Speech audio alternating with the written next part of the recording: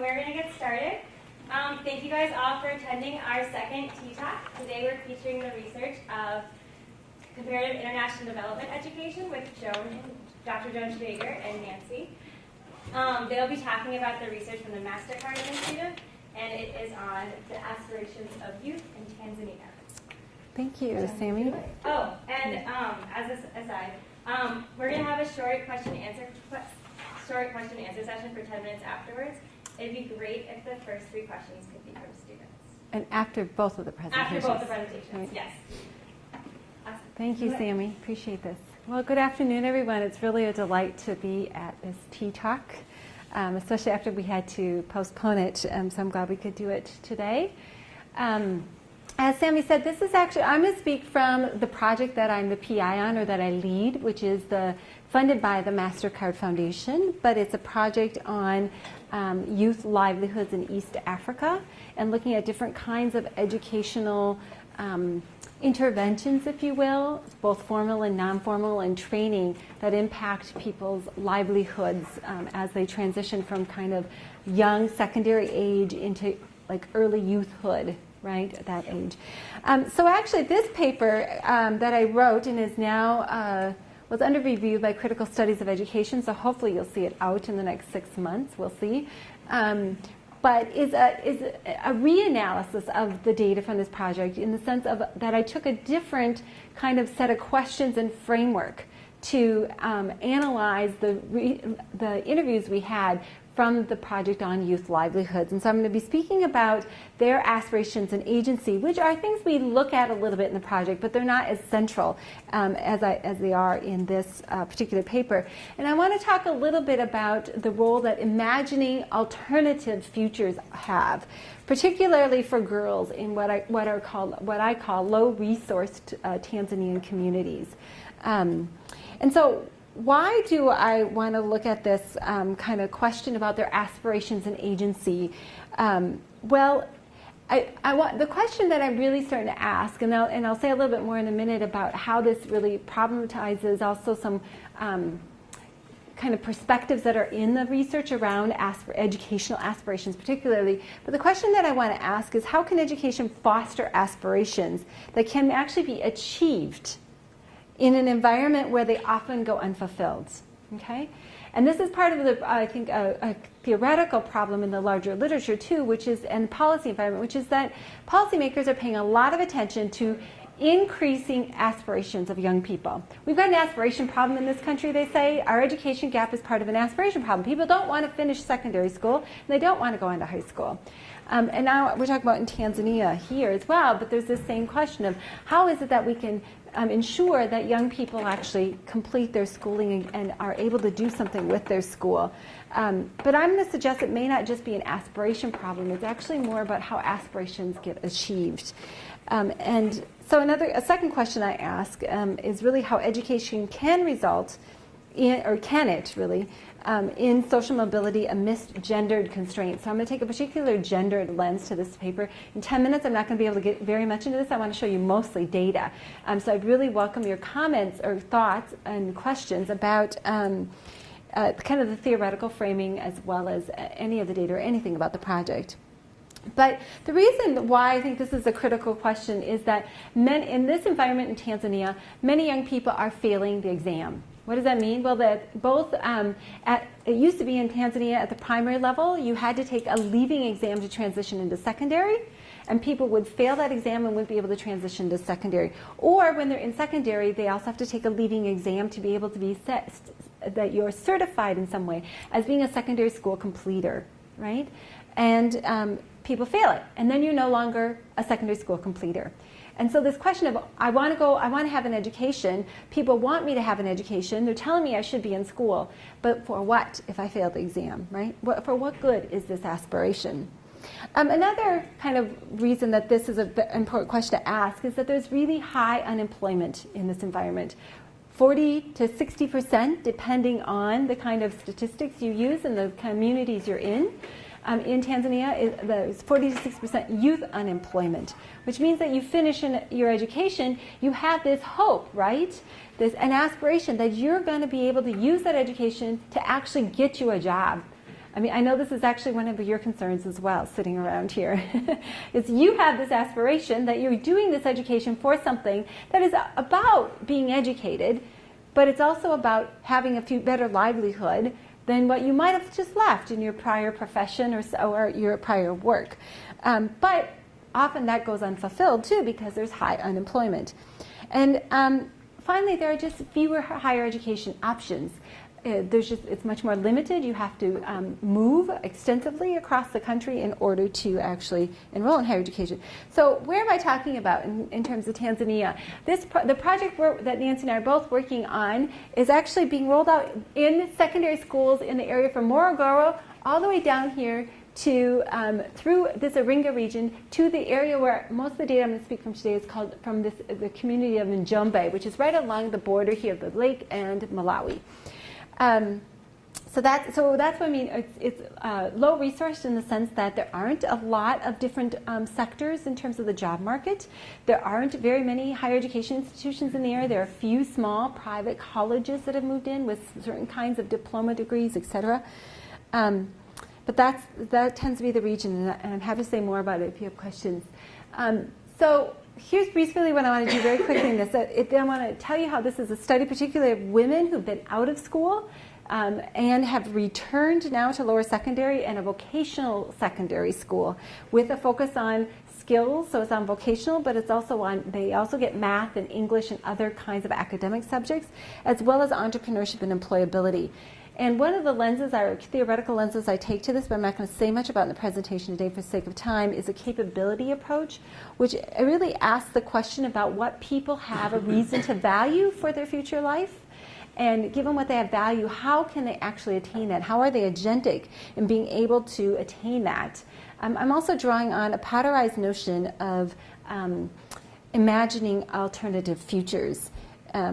And I think one of the valuable pieces of this presentation, or this project, larger project really, is that we're able to draw on longitudinal research. So this is from 4 years of data, where we're actually able to follow these young people from the time she entered into the school, or these girls, when they entered into the school, to the time they're about to complete.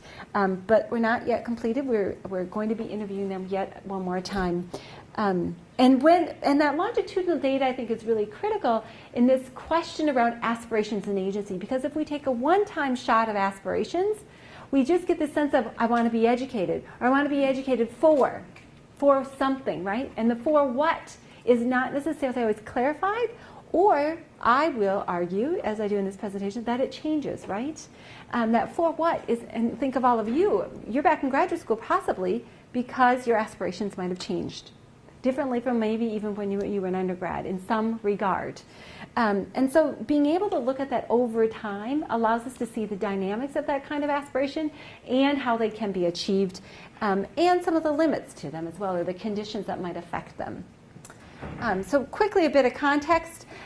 Less than 50% of the students in this, in Tanzania generally, go on to secondary education, and in the Njombe region, only 20% of those who go on actually pass the exam. So you're talking about a large portion of the population who doesn't ever pass the exam, and in that environment, you're basically seen as, and the young people tell us, as almost a nobody. You are not viewed as somebody who is an educated person, right? You don't necessarily can't connect your education to a future. But the secondary certificate is actually required to the point that when you walk into an employer to interview, they ask you for your certificate. It's not just that they expect you to be able to tell you, yes, I did it, but they'll ask you for that certificate. And only 2% of young people actually pursue vocational technical, and that's generally fewer women than men. And then in the southern highlands of Tanzania, which is this southern region of Njombe that I'm talking about, women tend to mostly work in the home or in agriculture, so there are few options in the labor market for them to go onto. But again, this piece about watching, having data over time and longitudinally, one can look at changing environments. So there is a change happening because more women are going to school. But then the question is for what? What are they able to use that education in their lives, in their families, in their marriages, and other things? And work opportunities generally tend to be very male-dominated. You can see agriculture, forestry, and construction, for example. So the question that I ask in this data is, how does education foster agency in young people to actually achieve their aspiration? This is where I want to conceptually link aspirations and agency. And then I ask, how do girls in particular describe their aspirations for their future over the 4 years? And what changes, if any, are present in their aspirations? And how do they learn to act upon their aspirations amidst these gender constraints? And I know some of you are in the room and have actually looked at some of this data. So I should say that I want to acknowledge that there are many, many students from this program who've actually worked on analyzing some of this data, and I was able to then not take their analysis per se, but take the analysis and coding they've done, and then reanalyze it and recode it through these questions. And that's something I'd be happy to talk about when people think about doing secondary analysis. Okay, so a couple points of departure conceptually, and I won't get into this too much, but drawing on OLPD, one of the things that I want to conceptualize, and I think a piece in the literature that I'm challenging, is that aspirations are necessarily individual. Most often the literature refers to an aspiration an individual holds for themselves. And what OLPD says is they're never simply individual. They are always formed in the interaction and the thick of social life. And so I'm actually disputing one of my colleagues' work, Carolyn Hart, who writes a lot on aspirations and agency of young people in the UK for higher education, where she goes on to talk about how those who hold an individual aspiration actually have more agency to achieve it than those who share it with their family or a friend. And that might be the case. I'm not going to dispute it overall. From her data, it might have shown up in that way in the case of the UK, but our data from Tanzania, from these young people in Tanzania, doesn't suggest that because they share an aspiration that their family might have for them or others might have for them, that it's necessarily that they're less agentic. And then this I draw on Severine Denoyland's work, who it comes from a capability approach that I use more largely. She writes about agency also as not just being individual, but also kind of formed in social life. When she says agency is defined through our relationships with other persons, and that is what what we value is built from meanings with which we share with others. So again, I'm trying to actually dispute in some of the literature this notion of the individualized nature of being agentic and the individualized nature of being aspirational, and looking at it more socially, which is why I've used this kind of conceptualization, what I call a dialectic and socially embedded relationship between aspirations and agency, where you have this capability to aspire. You're aspiring for something that you value in your life, and you have certain kinds of agency, I won't go into agency, freedoms, and achievements, because I mostly refer to agency in the paper, agency, and those two are interactive with each other. And sometimes when your aspirations change, it might be because your agency is helping that change, and sometimes it might change in a different direction because you might be more or less agentic. I also situate it in this larger kind of social environment.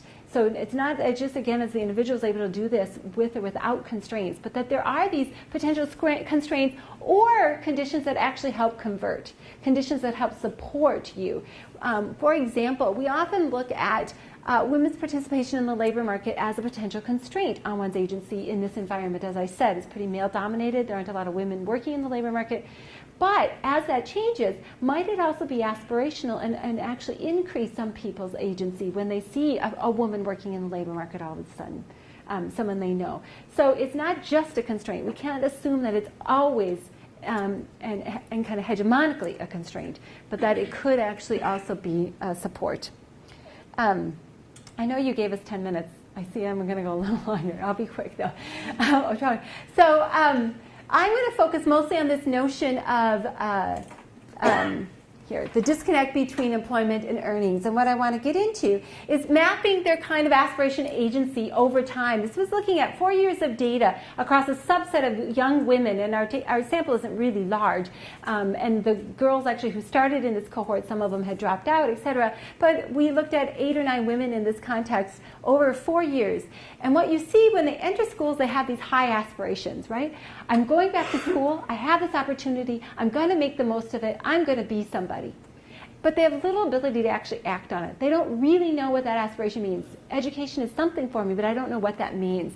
And when we talked to them by the second year, what we started to see was that they still were aspirational and committed to their goal of being educated and trying to work hard and stay there. And they weren't always certain if they were going to actually graduate. Remember, 20% actually get the certificate.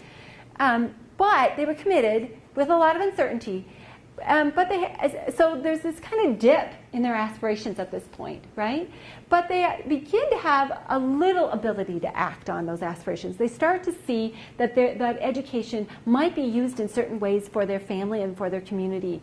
And then what happens is by the third year or so, it also kind of stays flat, both in terms of their aspirations and their agency. They're still committed, there's still uncertainty, but they're starting to take some small actions to apply their knowledge and learning, particularly in the community. And I'll show you some quotes in a little bit so that you can see what I mean by what that means and why I say this is socially embedded. And then by the fourth year, what happens for not for everyone, but for the majority of women that we interviewed, we suddenly see again this rise, and it's a rather large rise in their aspirations, but their agency alongside of it. This is kind of like flat agency, flat aspirations. And then there's this rise, and part of what we know what happens here is that they have an internship where they actually go out into the community and they start to apply their skills. But it's not just that they apply skills, it's suddenly that the community values them differently and sees them differently. And their aspirations suddenly expand. So I met this young woman last week, one of the interviews I'm going to actually talk about. She was with me in Uganda. And she told us about what she was, I'll give you the quotes in a minute, but she told us about how she wanted to be a Mason. And then pretty soon, she was a Mason. She definitely wanted to be a Mason in particularly male-dominated work. But now she wants to go on for engineering. And she's going to graduate or complete her studies this month. She's taking the exams. So here she says, and this is trying to show you just briefly kind of their aspirations and their related agency, the quotes from them over time. I've set my goals that after completing my studies here, I will be in a position to have enough skills so that I can construct a house independently. I want to know about masonry so that I can construct my own house and help my relatives or parents. So this aspiration isn't just her own, right? It's clearly tied to that she wants to do this, or she's been told, or she needs to, whatever. But I don't care, in one sense, whether the parents say, you need to do this, and now I'm going to reiterate it at this age, because I'm assuming that in some ways it's an aspiration that's shared right now, the way she talked about it. By her second year, what's interesting is right away at the beginning of the interview, she tells us, I chose masonry. And the reason why so it's in that sense, there's a certain sort of agentic nature to it, right? But she also uses that word because in their first year, they were able to learn different kinds of technical trades. And by her second year, she was to make a decision, and she said, I chose it. But then she goes on to reflect on what this means for her as a woman, right? She says, well, in general, there are a few women in Tanzania who do this kind of job. But I still believe that women are more trustworthy than men, and I think that this can add advantage to me to do my work properly. Right? So she's trying to give her rationale of why she could be valued as a woman in this field. But she also talks about some of the constraints that against her being able to act this way in school when she says, the boys sometimes bother me. When boys and girls are studying together, some want you to learn well, and others just want to take you down. Right? And she goes on to tell us how she's searching for peers, and including some of the boys and girls in her school, that will help her to be the best kind of student she can be. But there are some who don't. And so when she scores well, she tells us, that they do things to her that make her feel like she's not going to ever be a good Mason. In her third and fourth year, then, these are some more quotes. She says, when we ask her about how things are for her this year, she tells us, well, I'm different. I would like to be a teacher in masonry because I want to teach my fellow girls and because this specialization is mostly done by males. Right? So she's constructing this clearly in the kind of gendered labor force she's going to go into. But she tells us how she confronts some of those challenges, especially as she's starting to go back to the community and apply some of her skills. She says, for me, I'm able to counter the challenges. For example, if the employers, people that have tried to have her do little side jobs, if I'm worrying they will not want to pay me, which isn't uncommon, I will think of something else to do. I will try to find a job elsewhere. Now, this may seem kind of natural to you, but what we see in here is that seeing these alternatives of being able to say, I don't have to just do this, but I can find a job elsewhere, is actually quite a new phenomena, so to speak, for these young people who generally think, I'm going to school and I'm going to do this when I finish. And she's looking at alternatives. And in the last year that we interviewed, which was just this past May, she told us, well, the goals which I have since last year, after finishing the school, I want to continue to study to reach a higher level. I want to reach to the teacher's level, not only to be a worker, but to be a teacher. So this is that expansion of aspirations I was talking about. But it's linked to the fact that she can actually apply these skills and she can see herself in those roles. And she has a teacher she looks to as a model to do that. She says, if my results are good, I'll convince my relatives to help me go to teaching school so I can be a teacher. And then she talks about how else she's going to be able to do this, right? How she can get capital to pay for her additional schooling. So what I want to suggest is that in some ways, in very small ways, but important ways, that this education for her is allowing her to transform some gendered work norms in this community. She sees there's value in this area of study and work for the family and community, so it's valuable for her, but it's valuable for her family and community. It's not just for her as an individual. And she has all these positive mentors, teachers and peers around her, so her aspirations aren't just formed alone. They're with all of them. She learns some very concrete skills that give her confidence, gives her this sense of agency, and she uses them at home and in the community. And she expands her aspirations to to teach in the field.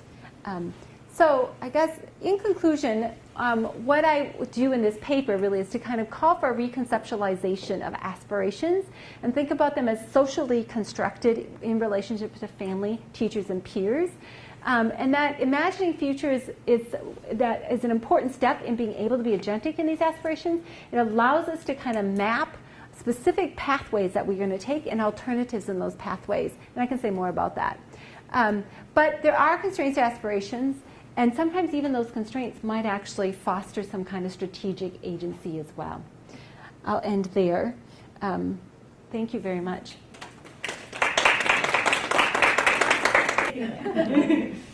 Well, so thank you. My name is Nancy Pellowski. Today I'm presenting a paper that I wrote exploring how Tanzanian youth from marginalized backgrounds utilize their agency to mobilize their social capital with peers and create their own enterprises. So as Joan and Sammy already mentioned, I've been working on this project as a project director since 2011. So I've led workshops and participated in field visits and meetings with the team to analyze and interpret the data. And then in this presentation, I've changed the names of the youth to ensure confidentiality. So youth unemployment and educational success remain critical issues, especially in Tanzania. And entrepreneurship education programming has emerged as one solution to help youth gain academic and employment skills. Scholars have explored the ability for youth to act with agency during transitions, such as from schooling to employment, with particular attention to the ways that agency can vary, affect, and be affected by time and space. So some education scholars have postulated that social capital can help youth succeed in school, find or create employment, and improve their livelihoods. I draw on Bourdieu and Lin in this paper to define social capital as the potential or actual resources gained from one's network of relationships utilized for purposeful action. Then I also draw on Bourdieu, Aaron, and DeJaeghere to define agency as actions intended to improve individual and social mobility, although such actions are limited by one's network of social relations. I feel that critical perspectives of agency and social capital are necessary as these youth are situated in unequal power structures and relations which often constrain their success. Stanton Salazar has complemented Bourdieu's work while also emphasizing youth agency to examine how youth are able to develop relationships with these institutional agents, or high-status, non-kin agents who occupy relatively high positions in society, and who also have the capacity to transmit or negotiate the transmission of resources and opportunities. So while previous research has suggested that youth's relationships with peers and adults are complex and nuanced, so for instance, some relationships are supportive while others are constraining, there's limited work focusing on how youth act with agency to draw on such relationships and foster their future livelihoods, especially in Tanzania. So given this past research, I wanted to more deeply explore Stanton Salazar's definition of institutional agents as high status. In this study, I sought to more deeply understand if and how youth from marginalized backgrounds agentically drew on relationships with their peers at home and at school to start enterprises and improve their livelihoods. So in this presentation, I explore the following question. How do youth from marginalized backgrounds in Tanzania agentically draw on peer relationships to start or enhance their own enterprises given inequalities in society? As we've discussed, this study draws on data collected in 2 secondary boarding schools implementing an NGO entrepreneurship training program in semi-rural areas of Tanzania. As Joan mentioned, both sites target youth living in extreme poverty. So all of the youth who attended these schools were not able to continue their formal schooling beyond primary school, and some of the youth have children of their own. So in this study, I analyzed longitudinal survey data from 227 youth, so both boys and girls, and interview data collected on a subset of 60 of these youth over 4 years to explore the relationships between youth agency, social capital, and enterprise creation. So contrary to Stanton Salazar's definition of institutional agents as high status, my results indicated that youth were agentic in drawing on their relationships with peers to start or enhance their own enterprises, thus working towards their goals. The spoken survey data from the larger sample of youth indicated that over time, youth reported a significant increase in that their peers at home helped them to achieve their employment goals. Then the interview data also described in detail how youth were able to exert agency and draw on peer relationships. For instance, by pooling knowledge and resources together to start small businesses and further their livelihoods. For example, one youth, Maria, had previously dropped out of school when she was pregnant with her first child. Then she re-entered school with the goals of either becoming a doctor or starting up her own business, and she passed the Form 4 exam in 2014. When she was interviewed in 2015, she explained how she decided to go to college to study in a clinical officer course, and then she had started up a photography business with a friend while waiting for her application to be accepted. Quote, "I have a friend who has a camera and a small machine for picture cleaning, so I joined her and we are doing it together." So Maria then planned to use the profits from this business to complete her college studies, raise chickens, so start another business, and then eventually purchase a home. In addition to agentically drawing on relationships with peers at home, these data showed that youth were also agentic in drawing on relationships with peers at school to start their own enterprises. Over the course of their studies, youth reported a significant increase in that their peers at school helped them achieve their employment goals. In addition, it was found that this increased support from peers at school was positively and significantly correlated with youth starting their own enterprise. The interview data showed how the skills learned and relationships built at school were vital to youth success when youth strategically drew on them. So for instance, I have a quote here from Peter. He rejoined school to become an agriculture professor. So at school, Peter and his peers learned about piggery, so how to castrate pigs and treat them for diseases. Then with this knowledge, Peter collaboratively worked with his school peers to start a new pig business. He described how he planned to use the profits from the pig business to then start raising chickens. And so he had developed this concrete plan and acted with agency to start the group business, which he then hoped to use the profits to support additional businesses and achieve his long-term goals. Yet not all of the relationships with peers were reported as positive. Thus, youth must learn how to actively navigate their social fields and then when to draw on their relationships to help support their goals. For instance, female youth in this study also described negative pressure to engage in sexual relationships, and they described the challenges of having relationships with boys while also running a small business. So Grace re-enrolled in school after her father had passed away with the hopes of becoming either a global doctor or a businesswoman, and she earned money during holidays by cooking and selling mandazi. Yet Grace also faced challenges with male peers who came to her businesses. Quote, "There are some boys. They see that you're doing a business, and they may start as a friend, taking this or taking that. He takes it, so your product for sale, as a friend. He just says he's taking it as a friend. He does not pay it back. That's a challenge. There are other things. First, they want us to be in a relationship with them. You're having no plans to do so, but they're forcing you to do so. It is only to women who are trying to do business." Grace described how she dealt with this unwanted attention from an older boy in the past. Quote, "He wanted me to be his friend. I just told him that I don't have time to be with him." She succinctly articulated how she would achieve her goals. Quote, "I have confidence in myself. I've been able to get skills, knowledge, and I can do any kind of business." In her last interview, Grace described how she served as a positive peer relationship for others at home. Quote, "In the community, it's like when I was giving advice to girls on how to do business, those who did not go to school. When I was going from school, I would meet them, and now they have their own businesses. So Grace had learned how to actively confront those constraining relationships and instead served as a positive role model for others in her community, even working to promote businesses other than her own. So youth from marginalized backgrounds in Tanzania continue to be constrained by social, political, and economic factors outside of their control.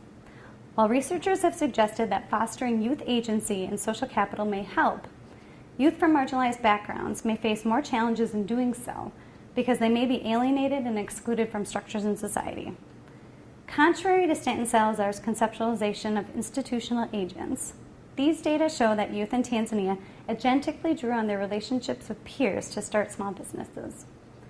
While youth continue to face structural inequalities, such as gender discrimination, a lack of access to land for females in this sample, or economic marginalization in the larger community, youth were learning to actively draw on their skills and relationships and attempt to mitigate such barriers. These data suggest that peers play an important role in youth's lives, especially when starting a business. More research is needed to further understand if and how programs can help youth learn to navigate peer relationships so that youth can agentically address structural barriers and succeed in education, secure an employment of their businesses, and enhance their livelihoods. Thank you.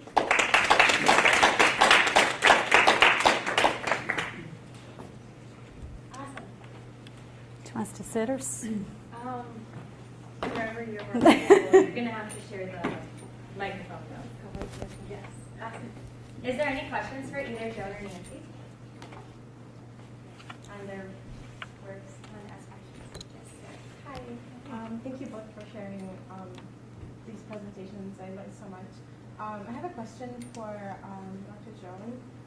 You mentioned in your presentation that something that you've observed in the study was there was a change in the perception of the community and how they valued educated girls. And I was wondering if you could share like examples of how you perceive that. I don't know if it was this girl that I used in this particular narrative for this paper or others, but an example is one girl who told us, so when I go home, when I go home during their breaks, because they actually live in, this is a boarding school, in both cases it's a boarding school. When I go home, people see me differently. I'm not the same. She says, you know, my parents used to think, oh, I would sleep in, etc., but now I get up, I take care of what I need to at home, I'm helpful. They're no longer seen as a burden, so to speak, on their family. But that's their family seeing them differently and valuing them differently, but we also hear how the community sees them differently and values them differently. From both girls and boys, actually. So it isn't, we hear that they're valued differently, both girls and boys, but I think the value for girls is different because they face a double or triple burden often, which is not only that the parents may not be able to support them to go to school, but they also then have more work to do. And in the cases that part of the number of participants that we have in this sample, as Nancy was suggesting, about 30% of them are orphaned, having lost a mother or a father. And sometimes the step-parent is another barrier to them actually going to school because the step-parent will want their own children to be educated. And that's also something we hear about from some of these girls. So there's like a triple kind of burden there to being educated. So the fact that they get to go and then the parent suddenly sees that education is valuable is a real shift in some ways in the parent and the larger community's perspective. Does that answer your question? No, I mean, I guess another example of that in this data would be that there were a couple of, well, females and males that both said that community members were now coming to them for advice. And that even in the last year, they'd even been able to serve as consultants for other people trying to start businesses, and they were actually paid for that work. So that I found to be really interesting, and that was something that we didn't see in the previous year's data. That just came up in this last year. And again, given what I said about the context of women in the labor force, too, that's another kind of the fact that how others see them to being able to enter into the labor force is already a change, right? Versus those who, you know, sometimes the question gets asked to them, well, why would you go on for an education? What will you do? And so So it was a change to that perception, that value. Speak for either of you guys, if with the work that's been done and the training programs that have been provided to the youth, were to be expanded, somebody came to you and said, hey, we want to institutionalize this within Tanzania and start learning to get bigger, what would the next steps be? What would that look like to make it one step bigger? Well, it's interesting because we are looking at that a little bit now as we get to the end of this project. That's a larger question for like, how do you take, this kind of shift or the kind of intervention that this particular education program has, which I think one of the nuances here of this particular kind of schooling for these young girls and boys, there are plenty of Veda schools around Tanzania, but the kind of internship and the kind of application to practice, what they use often say is the theory to practice that they get, because they're 1 week in these more theoretical kind of academic courses, and then 1 week on campus doing all this application is different, right?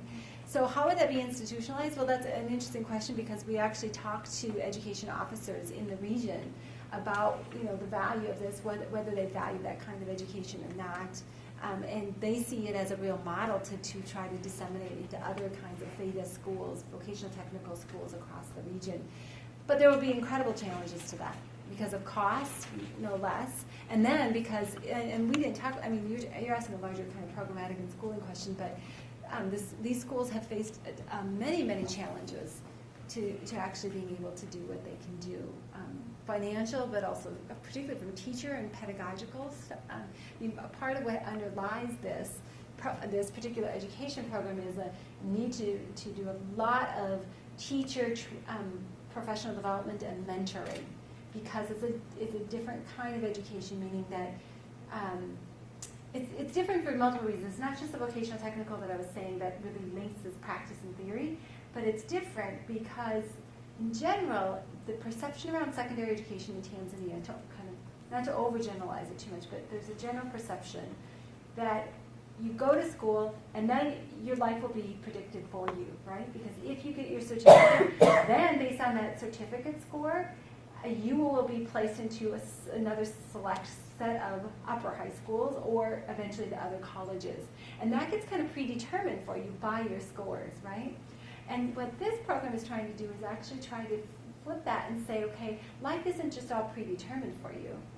What are your opportunities that you're going to be able to take advantage of and create, and who and how can the education system help you do that? So it actually helps them think differently about their education and about their future than I think many of these girls would ever do if they had gone to a different secondary school, or girls and boys. And we hear that a lot, and we hear that from our Tanzanian researchers who will say, wow, those girls think differently than what girls or boys who are in another secondary school would be thinking, okay, if I pass the exam, my life is determined because I will go on to X kind of school, and I'll be able to study this. I'll be able to study business or law or education. If I get low exams, I'm in education. If I get high exams, I'm in law school. And I mean, that's literally the way the test score is in Tanzania. So it is that piece around the kind of pedagogical shift and trying to think about, there's a more emphasis in these schools on career counseling, right? And thinking about what is your education for, and what do you want it to do, and what do you value, both just in terms of higher education, but you can see from these quotes in this setting, it says about what does it give back into the community? What does it do for you and your family? And I think that's a big shift to try and think about education in that way for parents, for teachers, and for students, everyone. I have two questions. The first one for Nancy. How do you define marginalized backgrounds? Well, I know that is a sticky term.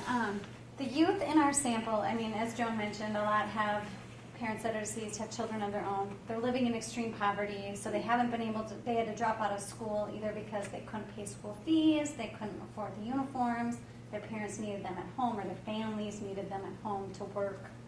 So that's kind of the general definition that both of these schools take on in the youth that they're recruiting, if that makes sense. Yeah, sure.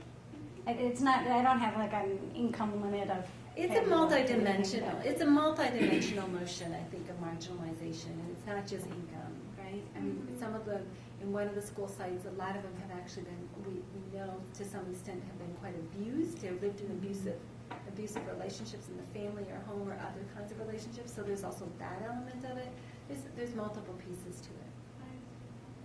Now, my second question, Joan, you mentioned like 3 different constraints, like failing exams and then fewer higher education options as well as high unemployment. So regarding failing exams, is your research looking into what is going on there for these girls? In terms of why they fail? Yeah. No, it's not, and that's a much larger kind of policy question in Tanzania, because we're looking at them as they go through this education and training program, right? And what's interesting is that at least the first class that we interviewed and that graduated from one of the schools, the majority passed, which is actually higher than the norm of the country and higher than the norm of many students.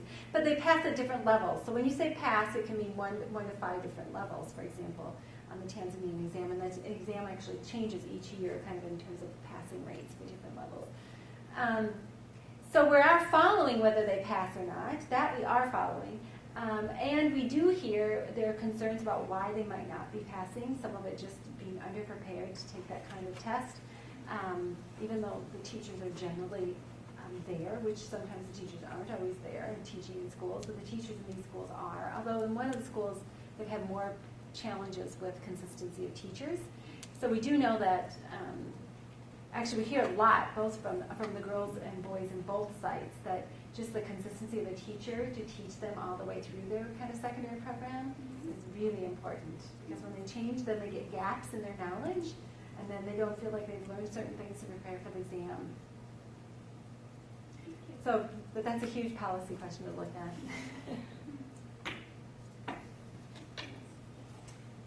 Joan, so your one slide seemed to indicate that like around year 3, the students experienced a change, and you said that you think it might have had something to do with the internship. Has your research caused the schools to think about if there's a way that they can have the students experience that change of like how they're seen in the community earlier on in the program, so like not wait all the way until year 3 for them to kind of be seen differently? That's a good question. What's interesting, maybe you should say more about how we bring this data back to the schools and the NGO. We write yearly reports and then meet with school staff and meet with the staff of the entrepreneurship education program to talk about the findings, talk about implications, et cetera, et cetera. But this is the first year that we've actually found this internship, or this kind of change. It was in between year 3 and year 4, and year 4 we just collected. So we just had a meeting in Uganda with our partners right now. So we had a lot of interesting discussions, and they talked about wanting to link up more in the community with other sites, so have either people come to the schools to talk about other jobs or to serve as other mentors and resources. And then one of the schools had found more internship sites. So the first year they had 3, and this last year they had 11. So they're working. They see the importance of it. I think they were telling us about it, and they're working towards making those connections and partnerships in the community. But I would say, yeah. So yes, we do try to bring it back to them to have to think about what this means, but it's still like in the school in Morogoro, which is actually an all-girls school, does more earlier on to take the girls into the community and to get them to do community kind of service events and things, or they do various kinds of projects in the community, and that already not only gives them a certain kind of engagement with the community that they probably never had as much or in their home, but also because of their age prior to being at this level. Whereas the other school in Jombe doesn't do that very much at all. So that is something they could do more, right? Or I think about it even in schools here in our society, those that actually tend to engage and provide that kind of mentorship and vision of what kind of things can you do when you're done with your schooling, right? Whether it's coming to a university campus or whether it's going to a place to, like, go with your mom and dad to work kind of day, right? Which is only one day in time. But those kind of opportunities help these young people to kind of map out those pathways. So it's really important, I think, especially because so many of them lack that kind of social network. But there's more that the schools could definitely do around that. Yes. And I think this will be our last question. Oh, then I can wait for you. Go ahead. Yeah. No, listen to you. Go ahead. So I have two questions actually, saying that following up on Daniel's question about how to institutionalize it and make it bigger. I'm just curious if right now in Tanzania, how does the government view technical and vocational training in general? Are they connected to it? And then if we were to scale these kinds of projects up, what is the scalability? What will it take to be able to scale it up on a national level? I'll speak to that briefly, and if you want to add, I'll say it because I was actually just at a summit sponsored by the MasterCard Project in South Africa, just prior to our own workshop where we take this data back to our NGOs that are working this, and they had the minister or the Deputy Minister of Vocational Technical Education from Tanzania there. So I got to hear him speak about this and talk about how he sees their vocational and educational training. So they are very, from his perspective, very committed to it, right? And committed to trying to link the kind of vocational training to important sectors in the labor market, right? Which also change all the time, right? It's dependent on international and foreign exchange and trade and local needs and many other things, also from environmental change that's happening, for example, because the region, as I said, is very much a tree and forestry area where we are, but that has to be considered in terms of environmental change as well. So they're committed to it, but the numbers show that, 2% go? So first of all, then that means there aren't that many schools around, right? Jenny did this earlier research for me on this, and we were pulling up how many schools are there and how many people are going in different regions, et cetera. And the financing for vocational technical, as you know, is very challenging. And if someone knows the long history of it, the long tail of vocational technical is that it was highly invested in at one point and seen as not being very profitable and very good for future employment because the training wasn't sufficient or what have you, or linked to the labor market. And so then it plummeted and most governments divested from it, and now they're investing again, even in this country, right? But it's also a question of what do we value too, right, in our society? Do we value this kind of training? And one of the challenges I think that's confronted, and this was part of the summit I was at too, was heavily debated, right, was agriculture is a huge area to invest in, and agriculture is part of the training that's done at these schools. But how is agriculture perceived generally among the population? Seen as hard work. Who would want to do that, right? I don't go to school to be a farmer, but some of these kids are probably doing that because they also can see alternative options in it. It's not like the farmer that the rest of the public sees. It's trying to change and add value and kind of what they would like to say is be a part of the value chain somewhere else along that agricultural production line. So, but you're talking about huge perceptions also about what's valued in terms of, even in this society, do we value when a high schooler says to you, I want to be a plumber? I'll end with that note. I want to thank everybody for coming. It was awesome and great, and I loved both of your presentations. I have had very little experience with aspiration work and CIDE in general as an EPL student, so I love hearing about it. And please grab snacks on your way out. There's plenty of food left. And our next Tea Talk will be on December 12th from 4 to 5 in this same room, and it features the research of education policy and leadership, which is my track. Peter Demarak will be talking, who is also a coordinator. No, he's not. His coordinator is the coordinator. He was a coordinator. And Jeff Walls is a second-year PhD student, along with Jasu, who's a second-year PhD student. Great. Thank you all for coming.